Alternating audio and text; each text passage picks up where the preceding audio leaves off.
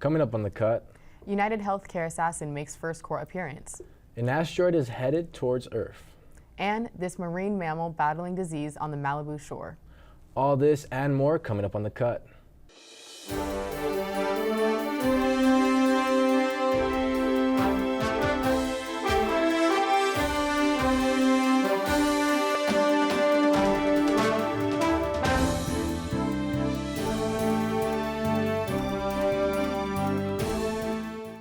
Hello and welcome to The Cut Network. I'm Ernie Jimenez. And I'm Aaliyah Steinley.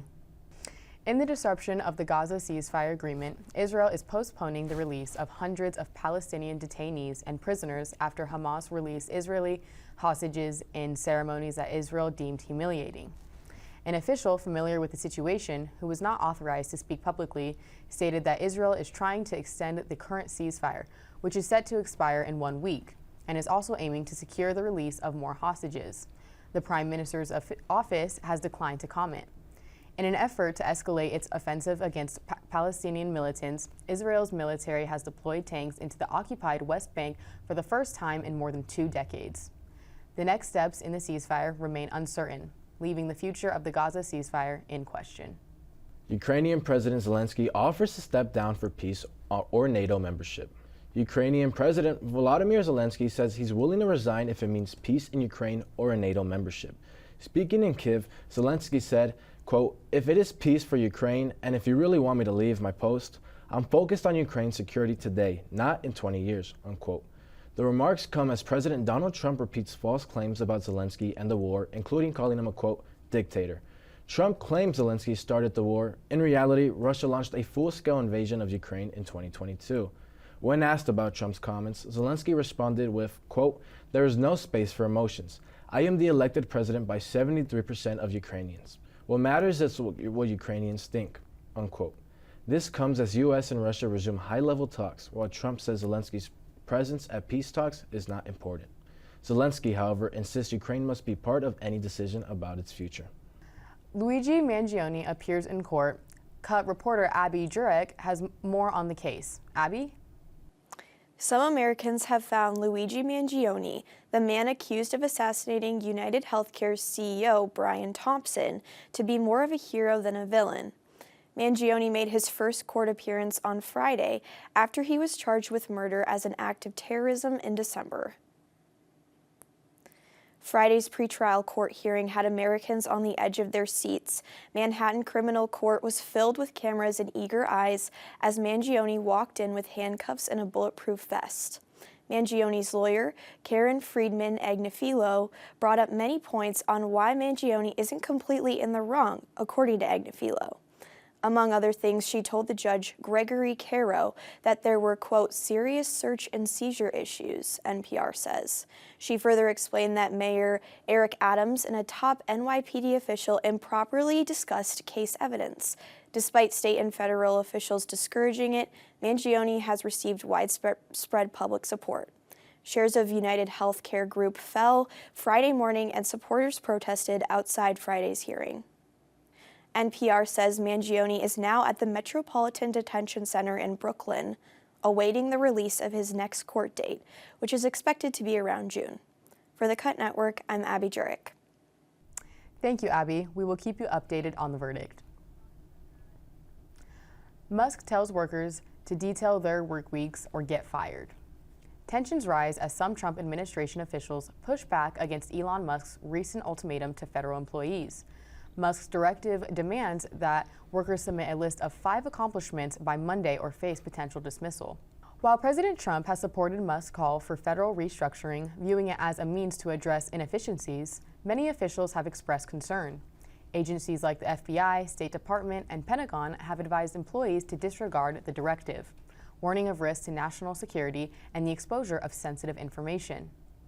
This move has created a rift within the administration, with some supporting Musk's push for change and others urging caution. As this conflict unfolds, the future of Musk's influence within the federal workforce remains uncertain. Plane crash accidents have been on the radar more frequently. Cover reporter Izzy Ludlow has a story. Izzy? A spike in recent plane crashes has raised serious safety concerns, with investigators looking into potential causes from mechanical failures to human error. A string of recent aviation accidents has put flight safety under scrutiny.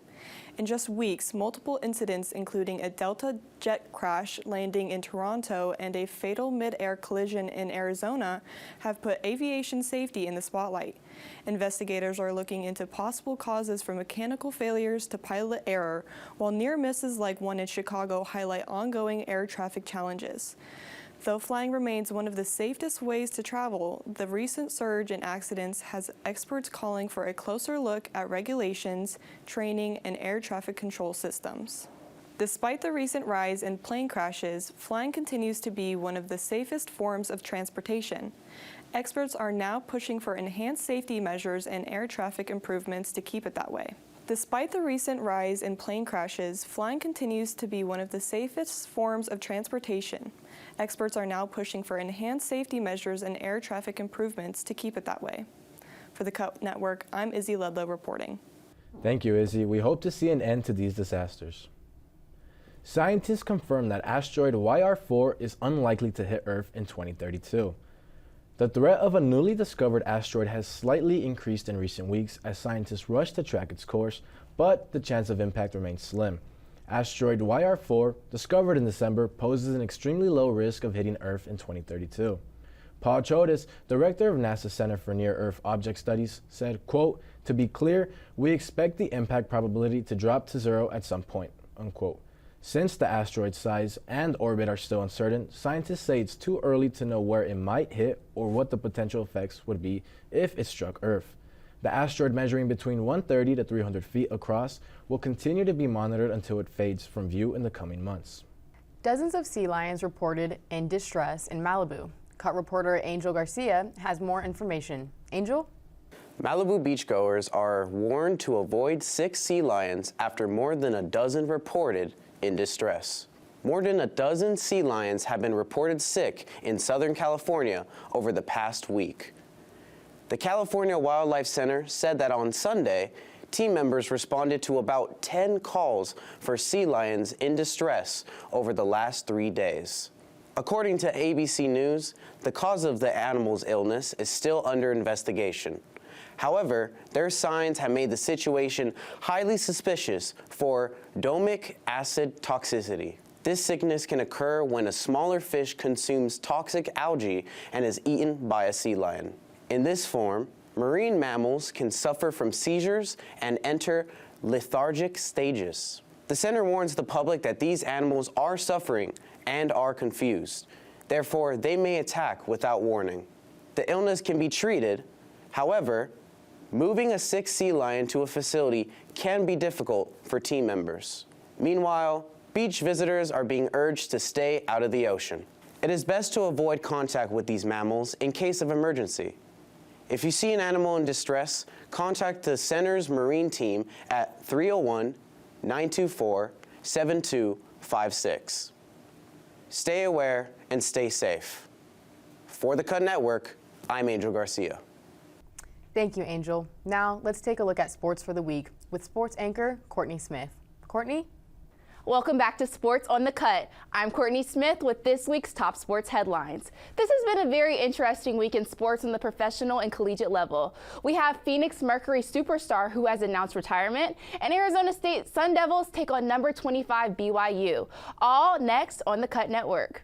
First, a WNBA legend is calling it time for retirement. Diana Taurasi, the league's all-time leading scorer, has announced her retirement after 20 seasons with the Phoenix Mercury. With the 3 WNBA championships, 6 Olympic gold medals, and over 10,600 career points, Taurasi's impact on the game is unmatched. Fans and players across the sports world are celebrating her legacy, with LeBron calling her, quote, one of the all-time greats, end quote. Meanwhile, in college basketball, number 25 BYU is looking to complete a season sweep against Arizona State. The Cougars entered the game with a 4-game winning streak, fresh off back-to-back wins over ranked opponents for the first time in 37 years. Arizona State, on the other hand, snapped with a 6-game skid with wins over Kansas State, but faces challenges without leading scorer BJ Freeman, who was dismissed from the team, and possibly freshman standout Jaden Quintens, who suffered a knee injury. BYU dominated the first meeting between the teams, winning 76-56 back in December, and will look to take advantage of Arizona State's struggles at home. Can the Sun Devils overcome adversity, or will BYU continue its winning streak? We'll have full coverage after the game. For the Cut Network, I'm Courtney Smith. Stay tuned for more sports updates, and we'll see you right back here next week. In New Orleans, an unlikely hero has captured the hearts of residents. Scrim, a 17-pound terrier mix, gained fame as the city's, quote, runaway dog for his incredible ability to escape capture. Scrim was initially rescued from a shelter, but after multiple daring escapes, he quickly became a local legend. Despite numerous efforts to capture him, including dart guns and nets, Scrim survived harsh conditions and even weathered a hurricane. His antics became so well known that they inspired tattoos, murals, and even Mardi Gras float in his honor. Scrim's story has captivated New Orleans, symbolizing resilience and spirit.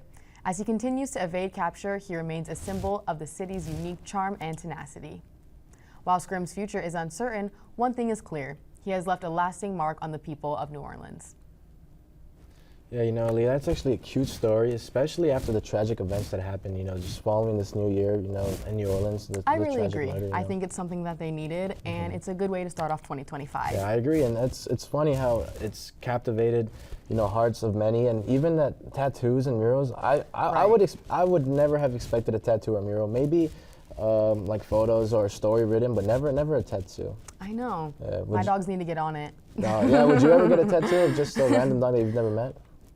Probably not, but you know, more power to the people doing it. Exactly. Thank you for tuning into The Cut. Be sure to follow us on Instagram at @thecut_network and on X @thecut ASU. Have a nice night.